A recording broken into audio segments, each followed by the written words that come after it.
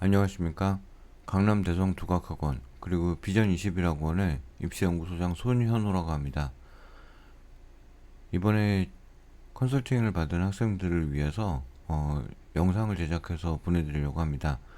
사실 개별적으로 컨설팅 일지를 만들어 가지고 그걸 전달을 해야 되는데 그게 좀 늦어질 것 같아서 일단 공통적으로 요구되는 사항들이 있기 때문에 그 사항들을 갖다가 알려드리면서 동행 프로그램에 대해서도 어머님들께 좀 설명을 드릴 필요가 있을 것 같다는 생각이 들어서 제작을 해서 보내드리게 되었습니다.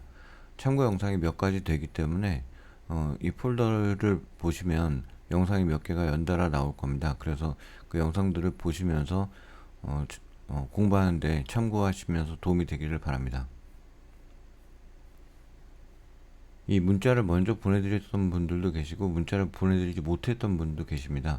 그래서 상담할 때 영상을 같이 본 학생도 있고 같이 보지 못한 학생들도 있을 겁니다.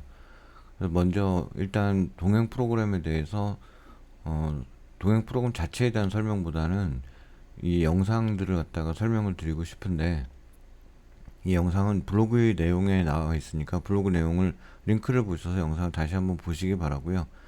이 영상에 대한 자세한 설명은 그렇습니다. 메타인지라는 것이 중요한데, 메타인지라는 것이 뭐냐?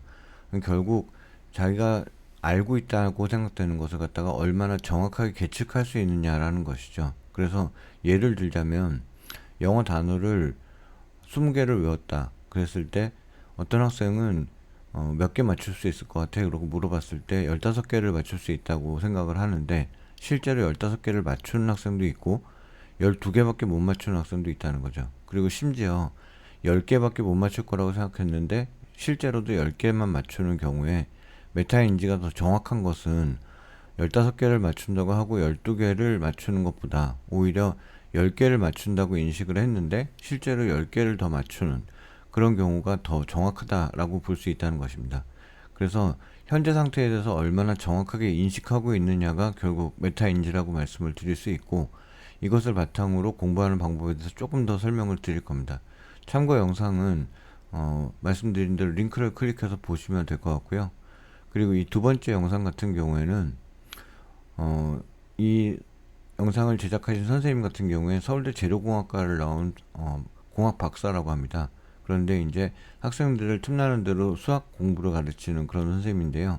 이 선생님의 그 유튜브 영상들 중에도 재밌는 것들이 상당히 많이 있고요. 이 선생님이 가르치는 경우에는 이제 고등학생들보다는 오히려 조금 더 어린 학생들을 많이 봐주는 것 같은 그런 느낌을 받았습니다. 그런데 여기서 이제 가장 중요한 것은 어떤 거냐면, 자기가 공부를 한다는 것. 그래서 자기주도 학습이라고 하는 것이 그냥 아침에 일찍 일어나서 엄마가 일어나서 학원 가라고 하지 않아도 알아서 가는 것이 자기주도 학습이 아니라 자기의 상태에 맞는 그런 자기에게 훈련이 되는 그런 공부를 갖다가 매일같이 자기에게 직접 과제를 주고 그것을 해결해내는 그런 과정이 자기주도 학습이라고 정의를 내리고 있는 부분이 제가 동의가 많이 되어서 그래서 이 영상을 갖다가 보여드리려고 했던 겁니다. 이 영상도 역시 링크를 보내드릴 테니까 같이 보시면 될 것 같고요.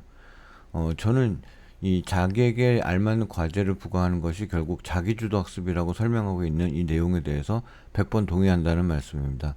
그런데 이렇게 자신에게 맞는 과제를 스스로 부과하기 위해서는 결국 자기 자신에 대한 분석과 판단 능력이 있어야만 가능하다고 보기 때문에, 그래서 메타인지가 중요하고 또 필요하다고 보는 것이라는 겁니다. 물론 우수한 학생들의 경우에 메타인지가 뛰어나서 스스로도 판단할 수 있는 경우도 많이 있을 겁니다. 그리고 또 그렇게 보이는 학생들도 실제로 이번에도 상담하면서 많이 보였습니다. 하지만 또 어떤 학생의 경우에는 그냥 머리가 좋아서 별 생각 없이 공부하고 문제를 풀어도 다 맞는 경우도 있다는 겁니다. 그런데 이럴 경우에는 공부는 잘하지만 실제 또 점수도 잘 나오지만 실제 시험에 갔을 때 수능에서 갑자기 시험을 못 보는 경우들이 생기더라. 그래서 자기가 공부를 잘한다고 생각하고 점수가 잘 나오더라도 이런 메타인지를 통한 점검을 통해서 한번 자성을 해보면 그러면 본인의 공부가 훨씬 더 단단해질 것이다 라는 얘기가 하고 싶은 것입니다.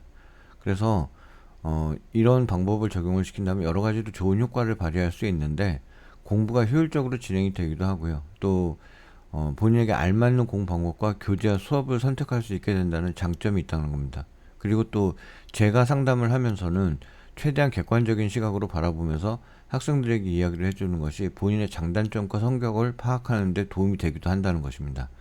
물론 어떤 경우에는 제가 하는 얘기가 쓴소리로 들릴 때도 있고 또 기분이 나쁠 수도 있다고 생각합니다. 심지어 제가 잘못 보는 경우도 물론 있겠죠.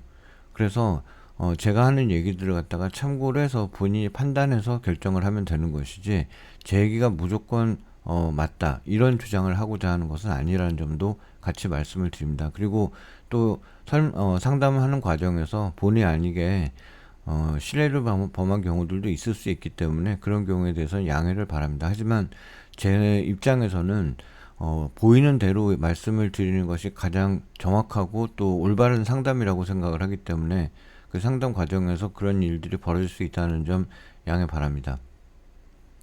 그래서 이제 저는 이제 가장 중요하게 보는 것은 아이들의 성격을 많이 보려고 합니다. 그래서 성격이 조금 급하고 또 빠른 성격의 공부를 하는 아이들의 경우에는 복습을 갖다가 제때 해주게 하거나 아니면 정독을 위주로 하는 공부를 갖다가 보완할 수 있게끔 하려고 노력을 하고요. 또 꼼꼼하거나 아니면 속도가 좀 느린 학생들의 경우에는 복습이 제때 같이 이루어지게 하면서 그러면서 그 속도기 병행될 수 있도록 그렇게 해서 공부의 속도를 좀 조절을 해주는 것에 중점을 둡니다. 그래서 어떤 학생들이 다 마찬가지겠지만 잊어버리는 속도보다는 복습하는 속도가 빨라야 장기 기억으로 가면서 공부했던 것들을 갖다가 잊어버리지 않는 그런 로스 없는 공부가 이루어질 수 있다고 생각을 하기 때문에 그런 부분에 있어서 가장 중점을 두면서 보려고 노력을 했고요.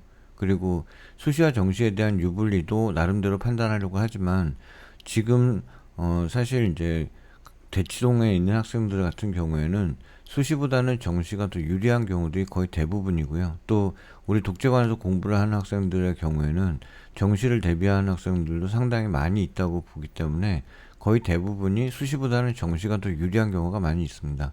물론 그렇다고 해서 수시를 모두 버리자는 얘기를 하는 건 아니지만 수시에서 납치가 되지 않게끔 하면서 전략을 짜주고 그리고 또 정시가 바탕이 된다면 떨어지면 어때? 그리고 한번 써볼 수 있는 그래서 수시의 기회를 갖다가 최대한 활용하는 방식으로 컨설팅을 하는 것을 저는 수시 컨설팅의 기본 원칙으로 삼고 있습니다.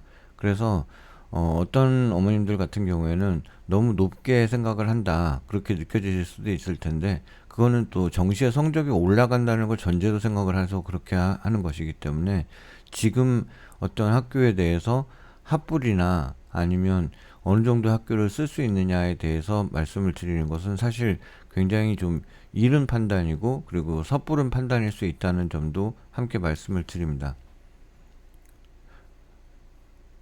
제가 한 가지 같이 설명을 드리고 싶은 것은 여기서 채점하면서 체크를 잘하는 방법인데요. 이거는 이 영상에서 같이 보도록 하겠습니다.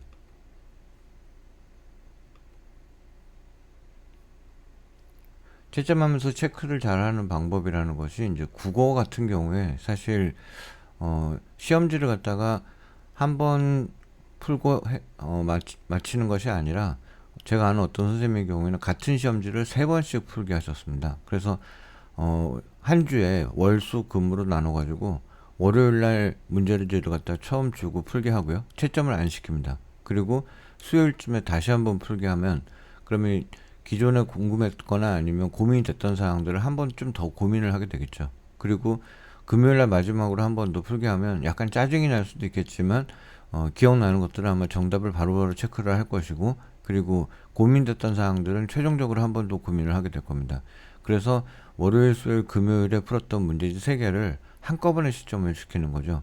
그렇게 해보면 나는 확신을 갖고 다 맞았을 거라고 동그라미를 쳤던 그 문제가 답이 오답인 경우도 있고요. 그리고 또 한 가지는 이제 그 사이에 답들이 바뀌어가는 과정에서 내가 정답으로 옮겨가고 있는지 아니면 정답에서 오히려 어긋나고 있는지를 갖다가 한번 본다면 내 생각을 갖다가 왜 그렇게 했는지 또 판단한 근거가 어떤 것인지 또 다시 푼다면 또 주의해야 될 것이 무엇인지에 대해서 한번 생각을 해볼 수 있다는 것입니다. 그래서 이렇게 풀어보는 것이 시험지를 갖다가 꽤 진지하게 한번 점검할 수 있다는 점에서 저는 이 방법이 상당히 좋은 방법이라고 생각을 해서 소개를 해봤습니다. 그리고 이제 국어 시험에서 시간이 모자란 학생들이 있는데요. 근데 이럴 경우에 이제 학원을 많이 보내시는 분들도 계시고 또 문제지를 사설 모의고사를 갖다가 많이 풀리시는 분들도 계시는데 저는 일단 우선은 기출 문제를 먼저 풀리는 것이 우선이라고 생각을 합니다. 그래서 이런 학생들의 경우에 대부분 초시계를 사용하면서 무조건 80분 내에 풀려고 애를 쓰거나 심지어 어떤 학원에서는 70분으로 시간 제한을 두고서 계속 시간에 대한 압박을 주면서 문제를 풀리는데 저는 이런 학원들은 거의 효과가 없는 방법이라고 생각을 합니다.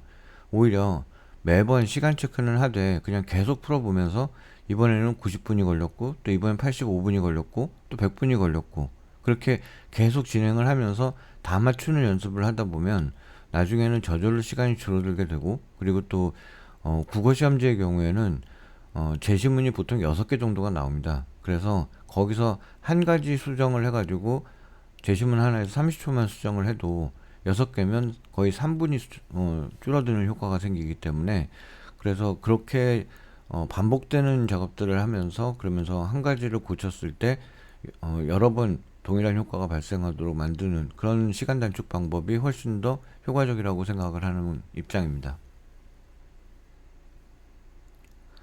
마지막으로 이제 이거는 수학 시험지를 풀면서 이렇게 적용을 시켜보기도 하는데요. 네, 이거는 수학 시험지뿐만이 아니라 모든 시험지에 적용을 시킬 수 있다고 생각을 하고 제가 가장 강조하고 싶은 부분이기도 합니다. 공부를 잘 못하는 학생일수록 이거를 문제를 풀기 전에 한번 해보는 것이 더 효과적이라고 생각을 합니다. 그래서 문제지를 주고 만약에 10문제가 있다면 그 10문제에 대해서 본인이 확신을 가지고 맞겠다 싶은 문제에는 파란색으로 동그라미를 치게 하는 거죠. 그리고 자신이 없거나 틀리겠다 싶은 문제에는 빨간색으로 표시를 하게 하고요. 나머지 문제들은 초록색으로 표시가 되겠죠. 그리고 나서 그 다음에 문제를 한번 풀려보는 겁니다. 풀려보고 채점하기 전에 다시 한번 체크를 시킵니다. 그렇게 했을 때에는 파란색으로 표시했던 것이 실제로 지금 문제를 풀고 나서도 여전히 파란색인지를 다시 한번 체크를 시키는 겁니다. 그러면 자신 있게 풀기 시작해서 자신 있게 마무리한 것은 파란색이 2개가 나오겠죠. 그리고 파란색인데도 풀고 나서 보니까 조금 애매하다고 생각돼서 초록색으로 표시하는 문제도 있을 거고요. 또 초록색으로 표시했던 문제인데도 다시 자신이 있어서 파란색으로 표시하게 되는 문제들도 있을 거라고 생각을 합니다. 근데 여기서 제일 중요한 것은 파란색으로 표시한 문제는 최소한 이건 정답이 나와야 된다는 거죠. 그래서 만약에 여기서 틀렸다면 내 공부가 뭐가 잘못되었는지 또 여기서 얘기하는 것들이 이제 실수라고 불려지는 것이 될 텐데 진짜 실수가 맞는지 아니면 내 생각에서 뭔가가 미스가 있었는지 그걸 점검하는 것이 가장 중요한 요소가 될 수 있다고 생각을 합니다. 또 한 가지는 이제 어쨌든 초록색이 끼어 있는 문제들이 있을 거 아닙니까? 파란색 초록색이든 초록색 파란색이든 아니면 초록색 초록색이든 이런 문제들의 경우에는 맞았건 틀렸건 내가 왜 이거를 파란색으로 표시하지 못하고 초록색으로 표시했는지 또 초록색으로 표시하고 틀렸다면 왜 틀렸는지에 대해서 한번 점검을 세밀하게 해볼 필요가 있다고 생각을 하는 겁니다. 그래서 공부라는 것은 결국 아는 것과 모르는 것을 구별해서 모르는 것을 알게 만드는 것이고 또 불분명한 요소를 분명하게 만드는 것이라고 생각을 하기 때문에 이 초록색에 대해서 내가 왜 초록색으로 표시할 수밖에 없었는지에 대해서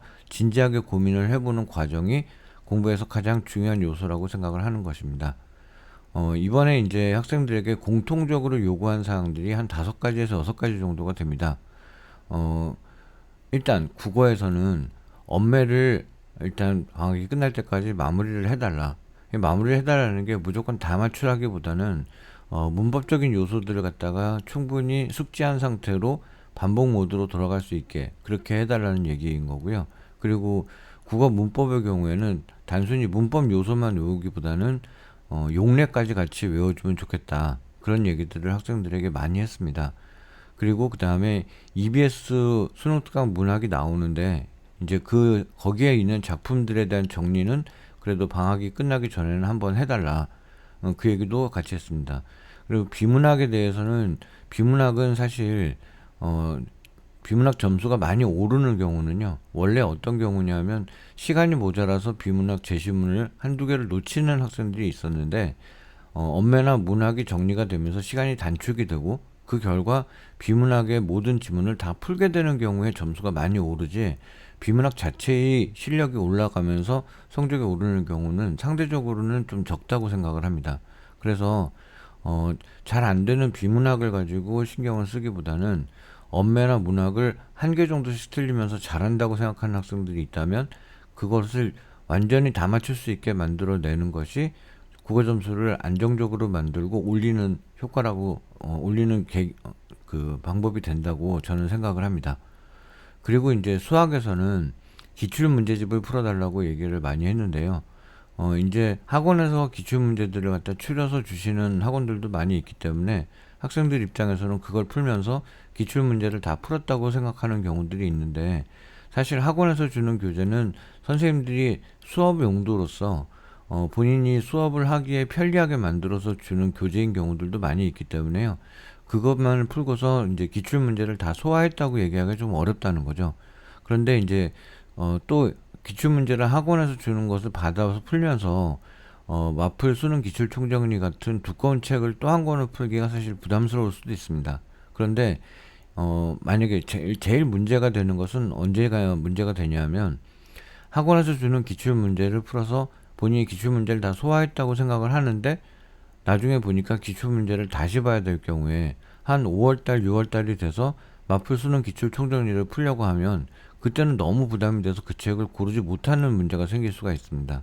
그래서 겨울방학 때 이를테면 1번, 6번, 11번, 또 1번, 3번, 5번, 7번 이런 식으로 본인이 풀 수 있는 양을 갖다가 정해가지고, 그래서 전체는 아니더라도 일부라도 풀어서 본인이 전체에서 어디가 약한지를 갖다가 찾아내는 그런 작업까지는 완료를 했으면 좋겠다.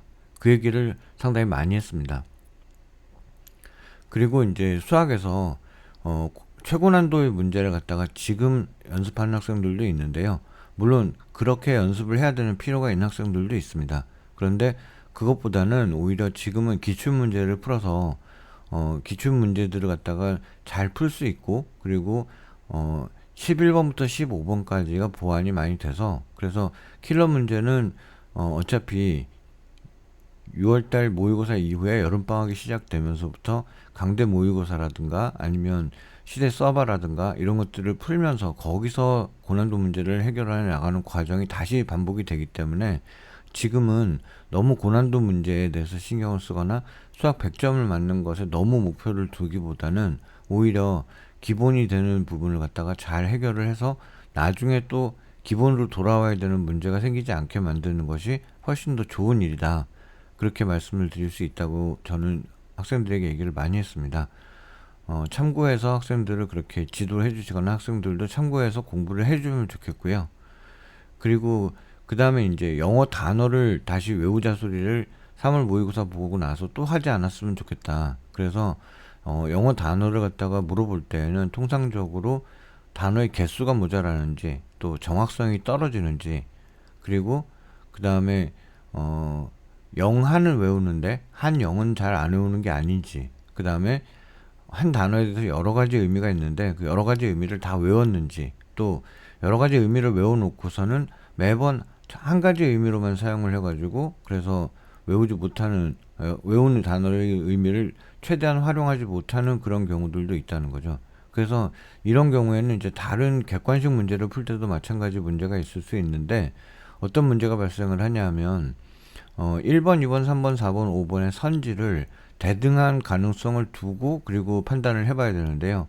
그냥 3번이 정답인 것 같다고 생각을 하고 나머지 선지들을 보면 나머지 선지들에 대한 검토가 생각보다 허투루 될 수가 있다는 거죠. 그러면 그냥 시간만 소비하고 나는 원래 답을 3번으로 고르려고 했는데 1, 2, 4, 5번은 3번이 맞다는 전제에서 보게 되면 그것이 그렇게 예민하게 봐지지 않기 때문에 문제가 생기는 것처럼, 영어 단어의 경우에도 세 가지, 네 가지의 의미를 외우고 있음에도 불구하고 한 가지 의미가 워낙 정확하게 머릿속에 꽂혀 있다면 나머지 의미들을 외운 것들이 잘 활용되지 않을 가능성이 있다. 이런 부분에서 그 여러 가지 의미의 단어를 잘 활용하고 있는지까지를 잘 검토를 했으면 좋겠습니다. 그 다음에 이제 과탐의 경우에는 물화생지가 있는데요. 물화생지에서 이제 물리나 화학 이런 것들이 어, 1번부터 17번까지, 즉 킬러를 제외한 나머지 17문제가 마더텅 빨간색 그 수능 기출 모의고사 문제집이 있습니다. 그게 보통 30에서 35회분 정도가 되는데, 어차피 킬러에 대한 대비는 그 책으로 되는 게 아니고, 또 상대적으로 이거는 기출 문제를 편집을 한 것이다 보니까 오답이 나올 가능성이 없다는 점이 가장 안전하다고 생각이 되는 것입니다. 그래서 지금 시기에 일단 외울 것들을 다 외우고 1번부터 17번까지 풀 준비가 됐다면, 물리하고 화학은 1번부터 17번까지를 풀면서 13분 이내에 풀 수 있는지, 또 생명 같은 경우에는 비유전과 쉬운 유전 문제가 공부가 다 되면 1번부터 16번까지가 대략 8분에서 10분 정도 이내에 풀 수 있는지를 마더텅 빨간색 모의고사 문제집을 기준으로 공부를 해달라고 요구를 많이 했습니다. 그리고 지구학 같은 경우에는 암기사항이 많다 보니까 일단 지금 또 학생들 같은 경우에 생각보다 물화생을 내신으로 해놓고 지구학을 택하는 경우들도 많이 있기 때문에 어쩌면 지구학이 그렇게 어렵지 않다고는 생각하지만 공부는 덜 돼 있는 경우들이 많이 있습니다. 그래서 그런 경우에는 지구학에 대한 기본적인 암기 사항들을 인강이나 현강을 들으면서 많이 봤으면 좋겠다, 그런 생각을 갖다가 했습니다. 그리고 학생들이 듣고 있는 수업에 대해서도 크게 문제가 없는 경우에는 뭐 별다른 얘기를 하지 않았지만, 만약에 어떤 선생님 수업을 듣고 있는데 그 선생님 수업보다는 학생에게 조금 더 잘 맞는 수업이 있을 것 같은 경우에는 뭐 두각학원이나 시대인재가 됐던 학원에 그 구애받지 않고 선생님들의 특성에 대해서 설명을 드리려고 노력을 했고, 그리고 맞는 수업이 있을 것 같아 보이면 그 수업을 갖다가 추천해 보기도 했습니다. 근데 이것도 어차피 참고 삼아서 드리는 말씀이기 때문에 옮기라고 강하게 권한 수업은 거의 없고요. 가끔씩 안 들었으면 좋겠다고 말씀드린 수업은 있었습니다. 그래서 그런 내용들은 참고해서, 지금 학생이 수업을 듣고 있는데 대략 이제 2, 3주 정도가 지났잖아요. 그러니까 두세 번 정도 들어봤는데 제가 말씀드린 것하고 거의 비슷한 의견이 나오는 경우에는 수업을 변경하거나 아니면 인강으로 전환하거나 그런 것들에 대해서 한번 검토를 해봐 주셨으면 좋겠다. 거기까지 말씀을 드릴 수 있을 것 같습니다. 그래서 개별적으로 문자를 드리는 내용은 다시 한번 설 연휴가 지나고서 드리게 될 것 같고요. 제가 다음 주에도 대전하고 분당 그 컨설팅에 있기 때문에 월말까지는 조금 정신이 없을 것 같습니다. 그리고 사실 이번에 정식 컨설팅이 끝나자마자 바로 하다 보니까 지금 오늘 같은 경우에도 연대 고대가 발표가 났고, 그리고 학생들 좀 챙겨야 되는 것들도 있는데 그냥 컨설팅을 계속 하고 있는 상황이었기 때문에 그 설 연휴와 다음 주에는 아마 그 학생들, 그러니까 지금 고3이나 재수생들 정식 컨설팅을 했던 학생들의 결과를 좀 챙겨주는 그런 일들을 해야 될 것 같아서, 아무래도 좀 어머님들께 개별적으로 문자를 보내드리는 건 조금 늦어질 것 같아서 일단 양해 말씀도 구하고, 그리고 공통적으로 요구하는 사항들에 대해서도 설명을 먼저 드릴 테니까, 만약에 추가적으로 걱정되시거나 아니면 의논하실 사항이 있으신 분들은 저한테 개별적으로 카톡을 남겨주시면 저도 최대한 연락을 먼저 드려서 상담을 다시 한번 말씀을 드리든지 아니면 제 의견을 드리도록 노력을 하겠습니다. 이번에 하여튼 상담 많은 학생들이 참여해 줬는데요. 고맙게 생각하고 저도 최선을 다해서 상담을 하긴 했지만 도움이 되었기를 바라고, 또 혹시라도 상담하는 과정에서 제가 너무 직선적으로 얘기를 해서 그래서 기분 상한 학생들이 있다면 또 그런 것들은 신경 쓰지 말고 그냥 원래 본인이 생각했던 대로 밀어붙여도 된다, 그렇게 말씀을 드리고 싶습니다.